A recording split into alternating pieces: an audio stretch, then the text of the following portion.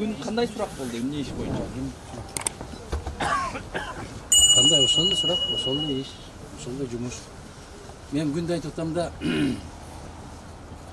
суу тоодон агып түшөт десем, булар 5 күндөн бери жок, суу тоого агып чыгат деп. Ишендире албай атат да. Ошол. Негизи сурак канчага чейин улангылай, дагы кайтып чыкпат. Буларда эмне жок. Кечинде жыйналып алып, кандай эртеңки кандай буйрук берсе ошону. Анан Ороза айынын нормативдери боюнча Менимче Кыргызстандагы бардык мыйзамдар боюнча борбордук шайлоо комиссиясы анын депутаттык макамын токтотуп коюуга түк укугу жок. Бирок Кыргызстанда андай мыйзам иштебейт. Кыргызстанда буйрук иштейт. Ошондуктан күндөр келет.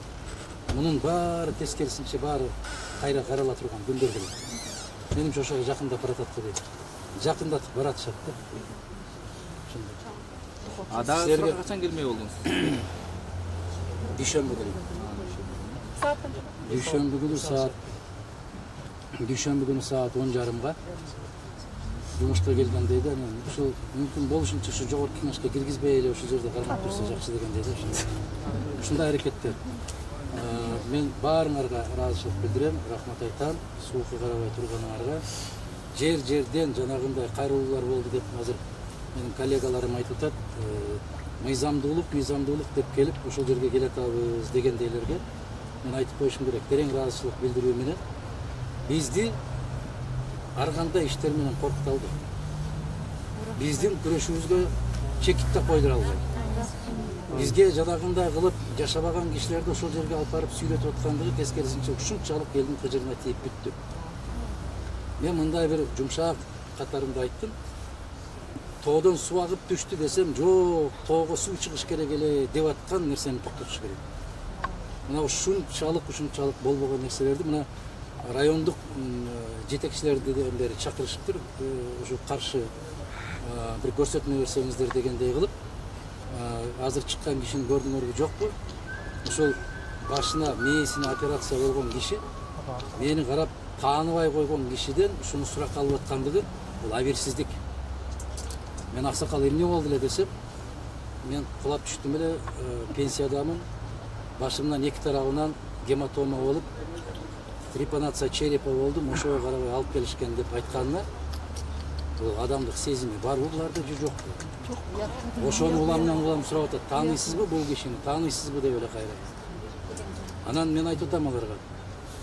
Райондук деңгээлдеги жетекчилерге областтын губернатору жок.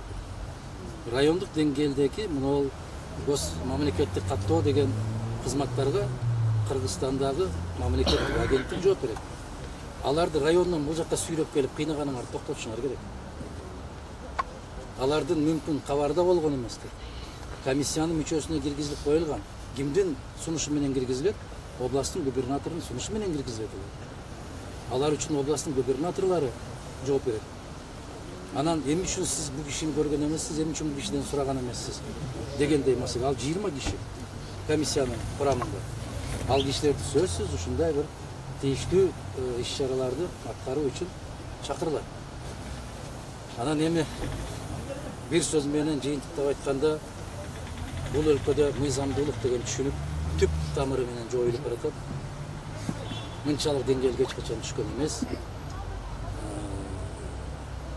Акырети жакшылык болсун деп айткым келет. Бирок ачык айтып коеюн, чыдамды кайра сынай бериштин дагы чеги болуш керек. Бир берген суроону мага 205 жолу берүүнүн кажети жок. Бул не деген түшүнүк экенин билбейм. Эми дүйшөмбү күнү кайра дейт. Айтып атпаймынбы ошол бир маанилүү маселелерге келгенде ошол жерге эле келип отуруп турсаңыз жакшы болот дегендей.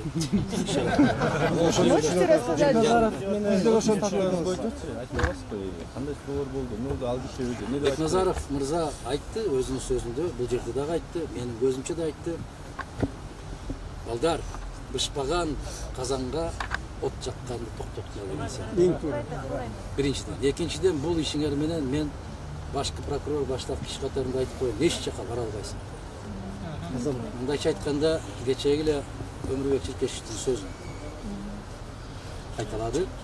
Экинчиден ушул менин берген сөздөрүмдүн бүтүндөй баарын кескилеп, кырккылап отуруп, улаштырып отуруп, Нодумаровго каршы бирдеме издегениңерди токтоткула дегендей катуу эмесин айтты. Кишинин пикири ушундай. Рахмат силерге. Кандай деп айтарымды билбейм. Кандай ыраазычылык айтарымды билбейм.